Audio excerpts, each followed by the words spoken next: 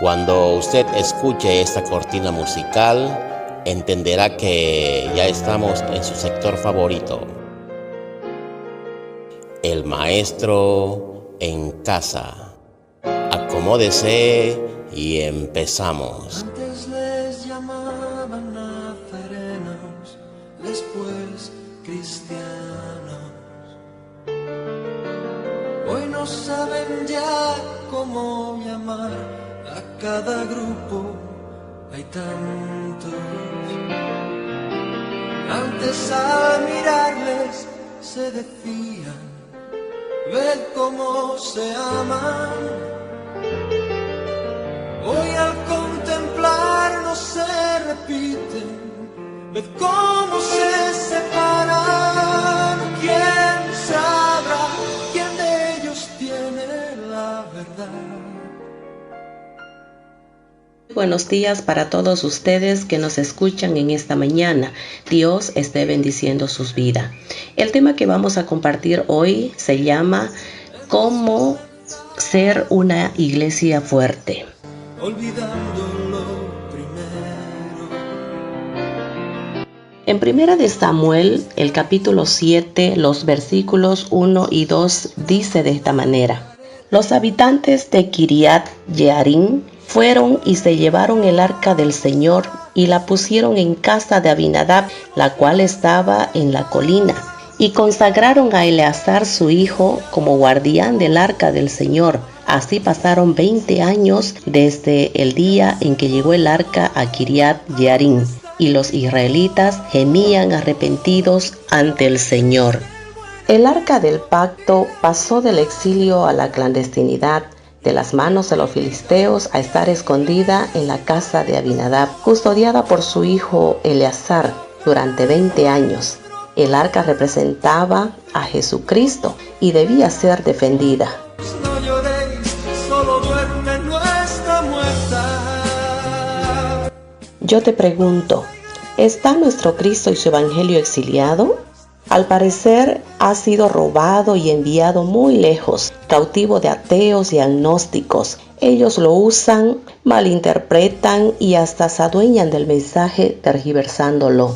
Vivimos tiempos que la iglesia parece ser fuerte porque muchos asisten a los templos. Las mega iglesias son características de esta época. Nos hemos llenado de músicos y espectáculos cristianos, pero no se ve la influencia que debiera tener el evangelio en la sociedad. Hoy en día, la iglesia necesita recuperar su poder espiritual. En este capítulo de Samuel, Dios nos muestra qué debemos hacer para ser un pueblo con la fortaleza de Dios. ¿Cuándo se hace fuerte la iglesia? Hoy quiero dejarte estos principios o verdades que debemos de tomarla muy en cuenta para aplicarlos a nuestra vida, de modo que tengamos una iglesia fortalecida en el Señor. Primer principio: cuando escucha y obedece el llamado de Dios. Y otro presume de virtud, y el mundo muere sin ver la luz. En Primera de Samuel, el capítulo 7, los versos 3 y 4 dice: Entonces Samuel habló con todos los israelitas y les dijo: Si de todo corazón se han arrepentido delante del Señor, quiten a Astarot y a todos los dioses ajenos que todavía adoran. Entréguense de corazón al Señor y sírvanle solo a Él. Entonces el Señor los librará de la ira de los filisteos. Y los israelitas renunciaron a los Baales y a Astarot y sirvieron solo al Señor.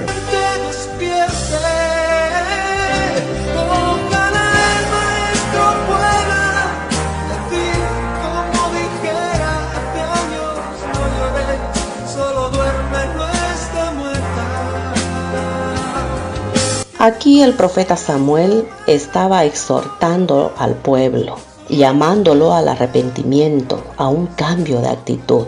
Y le transmite al pueblo 4 órdenes del Señor, las que también son para nosotros hoy en día.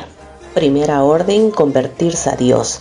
Si de todo corazón os volvéis a Jehová, dice.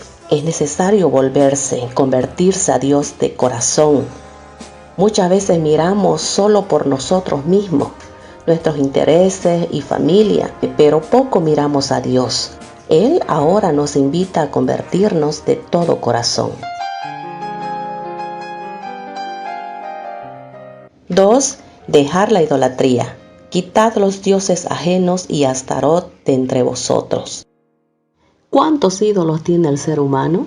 Todo ídolo ata al ser humano y termina comprometiéndose y rindiéndole su adoración a ellos. 3. Arrepentirse. Y preparad vuestro corazón a Jehová. Preparamos el corazón limpiándonos de toda maldad, pensamiento sucio, palabras inapropiadas, actos incorrectos frente a Dios, en fin, cambiando de actitud, arrepintiéndonos de todo pecado. El arrepentimiento es imprescindible para ser perdonado y transformado por Dios. La cuarta orden fue comprometerse y solo servir a Él, a Dios. Hacer un compromiso real con nuestro Señor y Salvador, dedicando la vida a Él. Todo servicio que hacemos debe ser para aquel que murió por nosotros y nos da la vida eterna. A ningún otro debemos adoración y obediencia, debemos comprometernos con Dios y su pueblo. Segundo principio, ¿cuándo se hace fuerte la iglesia? Cuando hace oración intercesora y abundante. En los versículos del 5 al 11 dice de la siguiente manera: Entonces Samuel les dijo: reúnan a todos los israelitas en Mizpa, y yo rogaré al Señor por ustedes. Y se reunieron en Mizpa, y sacaron agua, y derramaron delante del Señor. Aquel día ayunaron y dijeron: hemos pecado contra el Señor. Así fue como Samuel se convirtió en Mizpa, en el caudillo de los israelitas. Y cuando los jefes de los filisteos se enteraron de que los israelitas estaban reunidos en Mizpa, se prepararon para ir a luchar contra ellos. Y cuando los israelitas lo supieron, se llenaron de miedo y le dijeron a Samuel: no dejes de clamar por nosotros al Señor nuestro Dios para que nos libre del poder de los filisteos. Entonces Samuel tomó un cordero recién nacido y lo sacrificó y lo ofreció al Señor. Luego rogó por él el pueblo de Israel y el Señor le oyó. Mientras Samuel estaba ofreciendo el holocausto, llegaron los filisteos para pelear contra los israelitas, pero el Señor lanzó fuertes truenos contra ellos y los atemorizó, y los israelitas los vencieron. Salieron de Mizpa y persiguieron a los filisteos más allá de Betcar y los hirieron de muerte. Cuando hay oración intercesora abundante en la iglesia, esto significa que ora el pastor, oran los líderes, oran también los hermanos de la iglesia. Y también tenemos, como dice la Biblia, la oración, la intercesión de Jesucristo por nosotros. Dios actúa poderosamente, derramando todo su poder sobre la iglesia. La fe y otros el amor. Uno habla en lenguas y otro presume de virtud. Y el mundo muere sin ver la luz. Y el tercer principio para tener una iglesia fuerte es cuando no se olvidan las obras poderosas que Dios ha hecho en nosotros. El versículo 12 dice así: Luego Samuel tomó una piedra, la puso entre Mizpa y Sen, y a ese lugar lo llamó Ebenezer, porque dijo: hasta aquí nos ha ayudado el Señor. Los versículos 13 y 14 también nos dicen así: fueron vencidos los filisteos y no volvieron a entrar en el territorio de Israel, porque el poder del Señor estuvo en contra de ellos mientras Samuel vivió.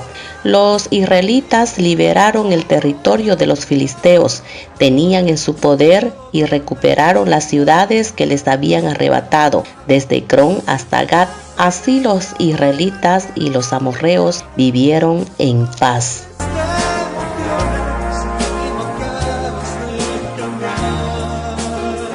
Samuel levantó un memorial, una especie de monumento, para que el pueblo no olvidara cuánto hizo Jehová por ellos.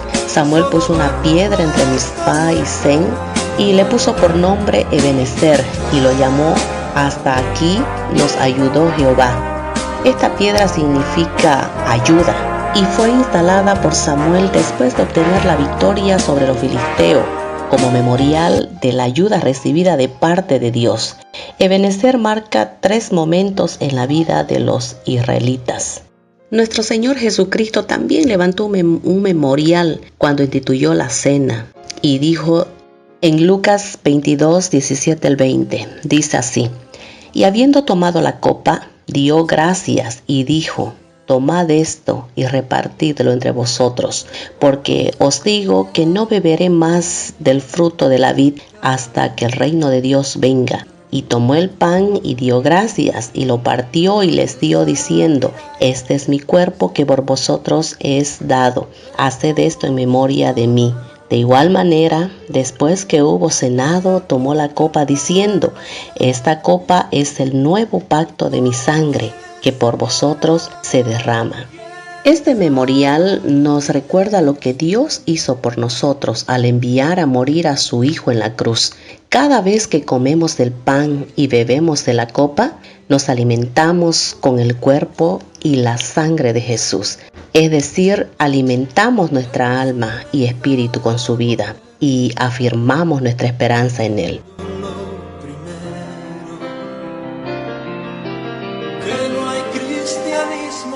Verdadero detrás de una careta.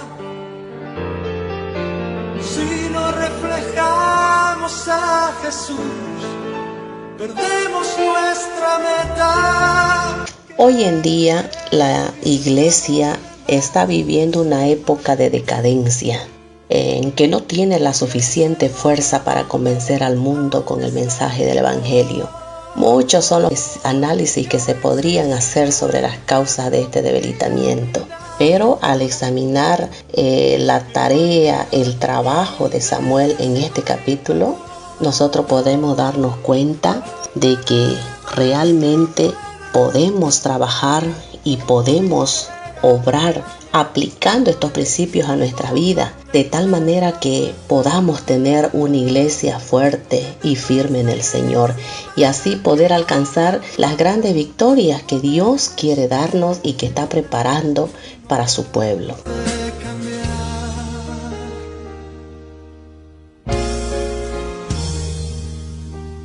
Antes tenían todo en común y oraban en la noche.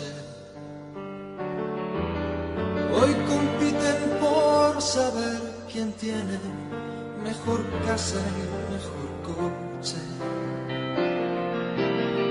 Antes morían abrazados en la arena del circo romano.